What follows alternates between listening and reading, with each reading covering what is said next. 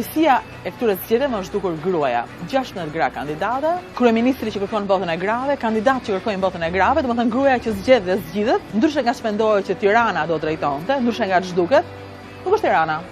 Është Durrësi me Grida Dumën, nuk të ngjan që po bëhet fjalë për Durrësin, po duket si për një vazhdim të Tiranës, një Durana në vazhdim, një vajzë që debaton, një prej atyre fytyrave shumë karizmatike të ekranit, një vajzë që po bën një fushat të jashtëzakonshme, e cila jo vetëm me fytyrë, jo vetëm me figurë, fytyre, por deri edhe me të pasmet bëri ngacmoi, edhe pse s'ishin sajat, ngacmoi gjithë median online.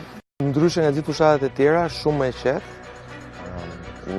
me parametrat e gazetarëve dhe politikanëve të vjetër shumë e mërzitshme.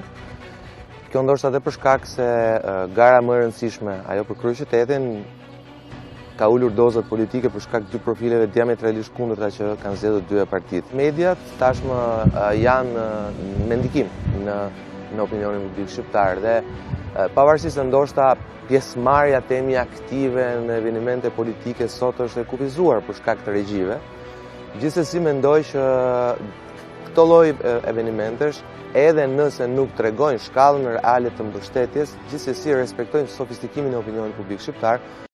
Kemi një lloj simetrie me këto zgjedhje, për opozitën ishte Benjamini Delfini i kryeministrit zoti Basha, tani kemi një delfin tjetër në garë, delfinin e kryeministrit Rama, pra njeriu më të afërt politikisht të tij, Erion Velia. Nga kjo pikpamje kemi disa ngjashmëri. Nuk e karakterizon të paktën deri tani këtë fushat në një fushat me incidente apo fushat të tensionuar. Megjithatë është ende fillimi, duhet të presim dhe të shohim edhe vazhdimin.